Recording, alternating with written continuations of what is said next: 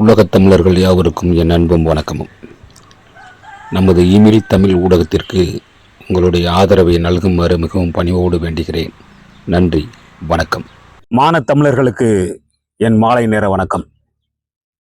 இன்னைக்கு இந்த காணொளியில் நம்ம எதை பற்றி பார்க்க போகிறோம்னா, ஐயா சிதம்பரத்தோட மகன் கார்த்தி சிதம்பரம் அண்ணன் சீமான் அவர்கள் காரைக்குடி பக்கம் வந்தால் அந்த காரைக்குடி மக்கள் விருந்தோம்பலுக்கு பேர் போனவங்க, நல்லா சாப்பாடை போட்டு விகுதி போட்டு அனுப்பிவிடுங்க அப்படின்னு ஒரு லக்கலாக ஒன்று பேசியிருந்தார். அதுக்கு அண்ணன் சீமான் அவர்களே வயநாடுக்கும் ராகுல் காந்திக்கும் என்ன சம்பந்தம், சிதம்பரம் அவர்களே வட மாநிலத்தவர்களுடைய பேராதரோடு இவர் எம்பியாக போனார், நியமன எம்பியாக போனார், அதெல்லாம் எந்த அடிப்படையில் அப்படின்னு சொல்லி அண்ணனே நறுக்குன்னான கேள்வியில் கேட்டிருந்தாங்க. நம்ம இந்த தேர்தல் காலத்தில் இருக்கக்கூடிய நடைமுறை என்ன அப்படிங்கிறத இந்த மக்களுக்கு நம்ம சொல்ல வேண்டியது நம்ம கடமை. குடவோலை முறை அப்படிங்கிற ஒரு தமிழர் மாடல் முறை இருந்துச்சு. தமிழர் தத்துவம் ஒன்று இருந்துச்சு. எவெல்லாம் அரசியலுக்கு வரணும், வரக்கூடாது, என்ன அடிப்படை தகுதிகள் இருக்கு, அவன் மேல குற்ற வழக்குகள் இருந்தா அவனுக்கு அவன் குடும்பத்துக்கே தகுதி இல்லை அப்படிங்கிற மாதிரி பல விஷயங்கள் அந்த குடவோலை முறையில வந்திருக்கு. அப்ப அது எல்லாமே இடைப்பட்ட காலங்களில் அற்று போய் 1920 தான் மாண்டேகி செம்ஸ்போர்டோட குழு பரிந்துரைக்கு பின்னாடி இந்திய நாட்டில் தேர்தல் நடந்துச்சு. அப்போ கூட பார்த்தீங்கன்னா 21 வயதாக இருந்துச்சு. 21 வயது பூர்த்தி அடைஞ்சவங்க தான் வாக்கு செலுத்த முடியும். பெண்களுக்கு வாக்குரிமை மறுக்கப்பட்டிருந்துச்சு. அப்போ பிரபல சட்ட அறிஞராக இருந்த விஎம் தார்குண்டே அப்படிங்கிற ஒரு பேரறிஞர் உலக நாடுகள் பூரா 18 வயசுல வாக்கு செலுத்தும் முறை இழுக்கும் பொழுது இங்கே மட்டும் ஏன் 21 வயசை கொடுத்துக்கிட்டு இருக்கீங்கன்னு சொல்லி நெருக்கடி கொடுத்து பிறகு 2வது 18 வயதா குறைச்சாங்க. அதற்கு பின்பாகத்தான் அனைவருக்கும் அந்த வாக்கு செலுத்தக்கூடிய முறை வந்துச்சு. அந்த 18 வயசு இப்போ உலக நாடுகளில் பல்வேறு நாடுகளில் 16 வயசுல வாக்கு செலுத்தக்கூடிய நாடுகள் இருக்கு, 25 வயதுல தான் வாக்கு செலுத்தக்கூடிய நாடுகளும் இன்னும் இருக்கத்தான் செய்யுது. ஆனாலும் இந்த ஜனநாயக திருவிழா என்பது இடது கையில நம்ம அந்த கருப்பு மைய சூட்டிட்டு போறது அப்படிங்கிற ஒரு உன்னத விழாவா இதை நம்ம பார்க்கக்கூடியது இல்லை. ஜனநாயகத்தின் வேரை பாதுகாக்கக்கூடிய 5 ஆண்டுகளுக்கு நடக்கக்கூடிய 5 ஆண்டுகளுக்கு ஒரு முறை நடக்கக்கூடிய ஒரு வரலாற்று சிறப்பு மிக்க நிகழ்வு இது. இதுல யாரை தேர்வு செய்யணும், எந்த நாதாரிகளை புறந்தள்ளணும், எந்த கேடுகட்டவங்களை நம்ம அரசியலுக்குள்ளேயே நுழைய ஊற்றக்கூடாது அப்படிங்கிறதுல மிகப்பெரிய ஒரு இருமாப்பு இருக்கு. கிட்டத்தட்ட இந்த 18 இருந்து 19 வயசுக்குள்ள இளைஞர்கள் மட்டுமே இன்னைக்கு 12,51,000க்கு மேற்பட்ட வாக்காளர்கள் இருக்கிறதா சொல்லப்படுது. அந்த 20 to 29 வரைக்கும் 1.18 கோடி பேர் கொண்ட வாக்காளர் பெருமக்கள் இருக்கிறாங்க. இந்த இளைஞர் பெருமக்கள் இன்னைக்கு பெரிய அளவுல பேசு பொருளாக இருப்பாங்க. அத்தனை மக்களுமே இன்னைக்கு பெரிய அளவுல அண்ணன் சீமான் பக்கம் போயிருக்கிறாங்க. 1-2 விவரம் தெரியாத, அந்த இன்னும் அரசியல் புரிதல் இல்லாத, அரசியல் ஞானமே இல்லாத சில குழந்தைகள் தான் அந்த 18 வயசுக்கு கீழே இருக்கக்கூடிய குழந்தைகள் தான் அது.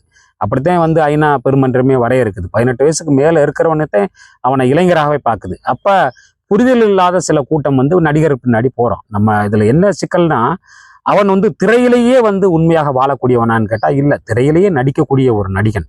அவனை போய் பணம் கொடுத்து நம்மளே பார்த்து பெரியாளாக்கி வளர்த்து விட்டு திரும்ப அவனுக்காக பாலாபிஷேகம் அந்த மாதிரி அவன் கட் அவுட்டுக்கெல்லாம் வச்ச கோமானித்தலம் எல்லாம் தாண்டி போய் இன்னைக்கு அந்த நடிகனை பார்க்க போய் 41 பேர் உயிர்கள் ஒரு பாவம் செய்யாத உயிர்கள் கரூர்ல இறந்து போனது உங்க எல்லாத்துக்குமே தெரியும்.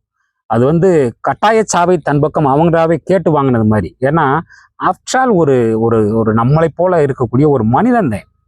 அவன் உச்ச நட்சத்திரம்ங்கிறது யார் கொடுத்தது? இந்த மக்கள் கொண்டு போய் அவனை உச்சாணி கும்பல உட்கார வச்சாங்களே தவிர அவன் ஒன்று எடுத்த உடனே எஸ்.ஏ. சந்திரசேகர் படத்துல ஃபர்ஸ்ட் படத்திலேயே நாளை திருப்பிலே ஓடி போய் உச்சாணியில் உட்காந்துருந்தானா? இல்லை, படிப்படியா தன் சொந்த தகப்பனை தன் மகனின் முகத்தை இந்த திரையில காட்டுவதற்கு படாத பாடு பட்ட சரித்திர நிகழ்வெல்லாம் இருக்குது.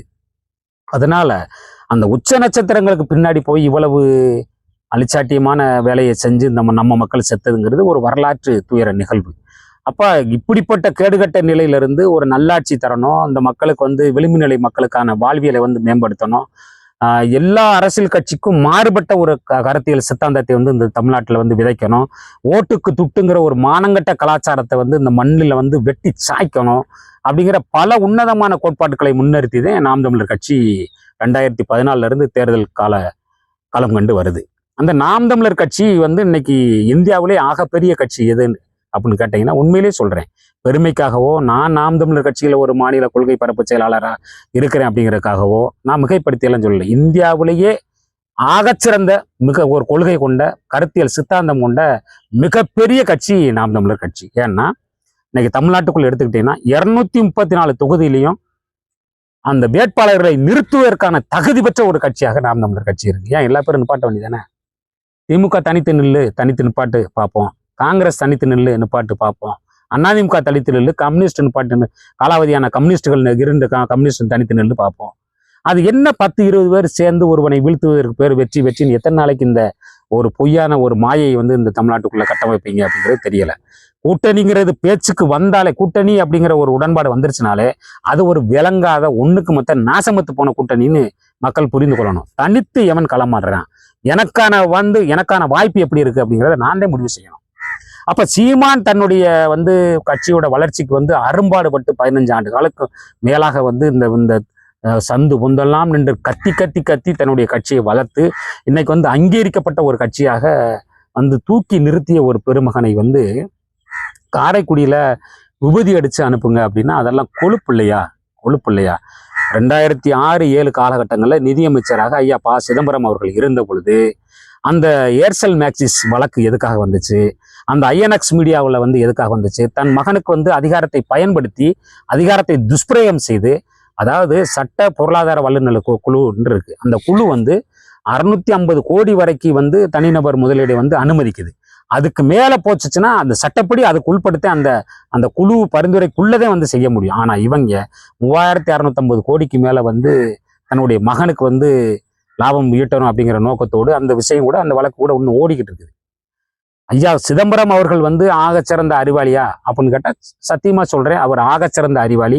காரைக்குடியில பல நூலகங்களை கட்டி கொடுத்து, ஏசி அறையில நூலகத்தை கட்டி கொடுத்து பல மக்கள் அறிவு தாகத்தை தீர்த்து கொள்ளக்கூடிய ஒரு மிகப்பெரிய ஒரு பணியை ப. சிதம்பரம் அவர்கள் செஞ்சிருக்கிறாங்க. மாற்று கருத்துக்கு வழி இல்லை. ஆனா அப்பேற்பட்ட ஒரு குடும்பத்துல பிறந்த கார்த்தி சிதம்பரம் கண்மூடித்தனமா, காட்டுமிராண்டித்தனமா, முட்டாள்தனமா, அடிமுட்டாள்தனமா பேசினது அருவருக்கிறோம். அதாவது இதுக்கு ஒரு உதாரணத்தை சொல்லணும். எப்படின்னா, ஒரு நாய் இருக்குதுல்ல, ஒரு நாய், அந்த தெருவில் ஒரு நாய் இருக்கும், அந்த தெருவில் ஒரு குறைஞ்சது ஒரு 10-15 நாய் இருக்குன்னு வைங்களேன். அது இன்னொரு மாற்று தெருவில் இருக்கிற ஒரு நாய் வழி மாறி எப்படியும் இந்த தெருவுக்குள்ள வந்துடும். கேட்டுக்கோங்க, அந்த 10 நாயும் ஓடி போய் அந்த ஒத்த நாயை மாற்றி தெருவுக்குள்ள வந்த நாயை போய் கடிச்சு விரட்டி அந்த எல்லை விட்டு விரட்டி விடுற வரைக்கும் ஓயாது. அது நாய்களுக்கு சரி, 5 அறிவு படைச்ச நாய்களுக்கு சரி. இந்த வேலை கார்த்தி சிதம்பரம் செய்யக்கூடிய வேலை 5 அறிவு படைச்ச நாய்களுக்கு சரி. கார்த்தி சிதம்பரத்துக்கு சரியா அப்படிங்கிறத கார்த்தி சிதம்பரத்துக்கே விட்டுறேன். இந்த கொழுப்படுத்த பேச்செல்லாம் பேசக்கூடாது, சரியா? நாம் தமிழர் கட்சியை பேசுவதற்கான தகுதி தமிழ்நாட்டில் எவனுக்குமே அந்த தகுதி கிடையாது. எவனை ஓட்டுக்கு துட்டு, இன்னைக்கு உங்க அப்பா மேல சத்தியம் பண்ணிட்டு, உங்க அம்மா மேல சத்தியம் பண்ணிட்டு, ஓட்டுக்கு நான் துட்டு கொடுக்கல, இது வரைக்கும் நான் துட்டு கொடுத்து செவிக்கலன்னு எந்த இடத்துல உங்க குலதெய்வத்துல கார்த்தி சிதம்பரம் அவர்களோ அல்லது ஐயா ப. சிதம்பரம் அவர்களோ அவர்களுடைய துணைவியார் நளினி சிதம்பரம் அவர்களோ சத்தியம் பண்ண முடியுமா? இது வரைக்கும் நாங்க குறுக்கு வழியில வரல அப்படின்னு சொல்ல முடியுமா? ஓட்டுக்கு துட்டுங்கிற மானங்கட்ட கலாச்சாரத்தை தமிழ்நாட்டில் மலர வைத்ததே நீங்க தானே. ஈழத்தமிழர்களுடைய சாவுக்கு யார் காரணம்? கொத்தாக அந்த ரசாயன கொத்துக்குண்டுகளை, தடை செய்யப்பட்ட கொத்துக்குண்டுகளை போட்டு எம் இன மக்களை கொன்ற கொலைகாரர்கள் யார்? உங்களை கூண்டோட தொடச்செறிவதற்கான ஒரு காலத்துக்காக நாங்க காத்திருக்கிறோம். தமிழர்கள் கூட்டம் மொத்தமா மானம் இழந்து முடங்கி போனா அப்படிங்கிற அந்த முடைநாட்டை வீச்சத்துக்குள்ளே இந்த மக்கள் கிடக்குறேன் அப்படிங்கிற மாதிரி ஒரு எண்ணத்தை கார்த்தி சிதம்பரம் தன் எண்ணத்திலே தானே தீ வைத்து கொளுத்தி அதை அழிச்சிடணும். தமிழர் கூட்டம் வீறு கொண்டு எழுந்துட்டான். சீமானுங்கிற ஒரு தனி மனிதன் இந்த தமிழ்நாட்டுக்குள்ள தவழ்ந்து நடமாடிய பின்பு இன்னைக்கு தமிழ்நாட்டு அரசியல் களம் வேற மாதிரி மாறி இருக்கு. இயக்குனர் சேரன் அவர்கள் தமிழ்நாட்டு அரசியலில் தவிர்க்க முடியாத ஒரு சக்தியாக சீமான் வளர்ந்து விட்டார். சட்டசபைக்குள் சீமானின் குரல் ஒலித்தே ஆக வேண்டும் சொல்லி அண்ணன் சேரன் அவர்கள், இயக்குனர் சேரன் அவர்கள் தன்னுடைய ஆதரவை பதிவு செய்யறாங்க. ஆசா லெனின் அப்படின்னு சொல்லி காரைக்குடியை சேர்ந்த பிரபல யூடியூபர் அந்த மருத்துவர் அவர்கள் சொல்றாங்க, உண்மையிலேயே சீமான் அவர்களை கண்டிப்பாக வெல்லணும் அப்படின்னு அதே காரைக்குடி மண்ணை சேர்ந்த பெருமாட்டி சொல்றாங்க. தமிழக வாழ்வுரிமை கட்சியோட தன்மான தலைவன், ஆகச்சிறந்த ஒரு தமிழன், கொண்ட கொள்கையில உறுதியாக நிற்கக்கூடியவன் அண்ணன் வேல்முருகன் அவர்கள் சொல்றாங்க, என் உடன்பிறப்பு, என் ரத்தம் நிற்கக்கூடிய அந்த காரைக்குடியிலே தமிழக வாழ்வுரிமை கட்சி வேட்பாளரை கூட நிறுத்தாது. தேவைப்பட்டால் அண்ணன் சீமான் அவர்கள், என் ரத்தம் சீமான் அவர்கள் கேட்டுக்கொண்டால் அந்த பகுதியிலே அவருக்காக இறங்கி நான் வேலை பார்க்கவும் தயார். அறிவிச்சது யாரு? அண்ணன் வேல்முருகன். மானத்தமிழர் கூட்டம் எல்லாருமே ஒன்று போல ஒட்டி போய் நிற்க முடியாது. அதே கருத்தை தடா ரஹீம் அவர்கள் ஆதரித்து, ஆம் அதற்காக நான் வேல்முருகன் அவர்களுடைய கருத்தை நான் ஆமோதிக்கிறேன், வரவேற்கிறேன், ஆகச்சிறந்த முன்னெடுப்புன்னு அண்ணன் தடா ரஹீம் அவர்கள் சொல்றாங்க.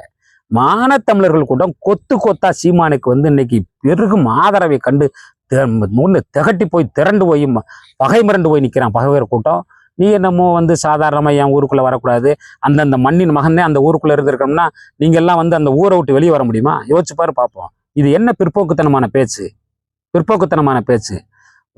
ஒரு சிஸ்டம் சரியா இருக்கணும். இங்க என்னன்னா, ஆண்டுக்கு ஒரு முறை தேர்வு எழுதக்கூடிய அந்த மாணவர் சக்தி எப்படி அந்த ஒரு வருஷத்துக்கு ஒருக்கா தன்னுடைய தேர்வு முறைக்காக தவமிருந்து படிச்சு அந்த தேர்ச்சி பெற்ற பிறகு அடுத்த கட்டத்துக்கு போறாங்களோ, அது மாதிரி ஒரு சிஸ்டம் இங்க இல்லை. ஏன்னா அங்க நல்லவனை தேர்ந்தெடுக்கிறது இல்லை. அயோக்கிய பயலும் குற்ற பின்னணி உள்ள பெருவாரிய ஆட்சி கட்டிலுக்கு வாரான். குற்ற பின்னணி உள்ளவன் தெரிஞ்சே இந்த குருட்டு சமூகம் இந்த குற்றவாளிகளை தேர்வு செய்யுது.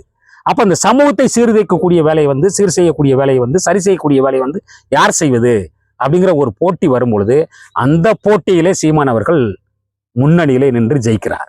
இன்று உறுதியாக நாம் தமிழர் கட்சி சட்டசபைக்குள்ளே காலை வைக்கும். அதை எந்த கொம்பாதி கொம்பனாலும் தடுத்து நிறுத்திவிட முடியாது. தடுத்து நிறுத்திவிட உறுதியாக சீமானவர்களுடைய அரசியலை எவனாலும் தொட்டு பார்க்க முடியாது. பச்சை குழந்தைங்க வருடம் கணக்கில் சேர்த்த அந்த உண்டியல் பணத்தை கொண்டு போய் ஓடி போய் நின்று தவம் இருந்து நின்று சீமான் அவர்கள்ட்ட எட்டி போய் கொடுக்குது. அத்தனை குழந்தைகள்கிட்டையும் அதை மனமோந்து வாங்கி கொண்டு முத்தம் கொடுத்து அந்த குழந்தைகளை அந்த ஆரத்தழுவி மகிழ்ச்சியை வெளிப்படுத்துறாரு. ஆனந்த கண்ணீர்ல திளைக்கிறாரு அண்ணன் சீமான். பெருகுது, ஆதரவு பெருகுது. உண்மையிலே கொஞ்சமாவது அந்த சாராய மோகத்திலையும் இலவச முகத்திலையும் அரசியல் இந்த பணம் ஓட்டுக்கு துட்டு கொடுப்பானா அப்படிங்கிற கேவலங்கட்ட கலாச்சாரத்திலிருந்து இந்த மக்களை மீட்டெடுப்பதே மிகப்பெரிய சவால். அந்த சவாலையும் தாண்டி 36 லட்சம் வாக்குகளை தன் பக்கம் ஈர்த்த இந்த ஆம்பளைக்கு இந்த முறை 1 கோடிக்கு மேலாக வாக்காளர்கள் உறுதியாக வாக்கு செலுத்துவார்கள். அன்னைக்கு உங்கள் முகத்திலெல்லாம் கொண்டு போய் எந்த இதுக்கு பின்னாடி ஒளிச்சு வச்சு போறீங்களோ தெரியாது. அதனால கார்த்தி சிதம்பரத்துக்கு மட்டுமல்ல, உங்க கிராமத்து பாசையில சொல்லுவாங்க, அவன் இருக்கிறதுக்குள்ள பாருங்க, கழுவி சுத்தம் பண்ணுங்க அப்படிம்பாங்க. அது மாதிரி உங்க அழுக்க பாருங்க. உங்க அழுக்கே ஏகப்பட்ட அளவுல சுத்தம் செய்ய வேண்டியது இருக்கு. மிஸ்டர் கார்த்தி சிதம்பரம் அவர்களே, தேவையற்ற விடயங்களிலே உங்கள் மூக்க நிலைத்து கொண்டு உங்கள் டேஸை புண்ணாக்கி கொள்ள வேண்டாம் என்ற வேண்டுகோளை வைத்து விடைபெறுகிறேன். நன்றி, வணக்கம்.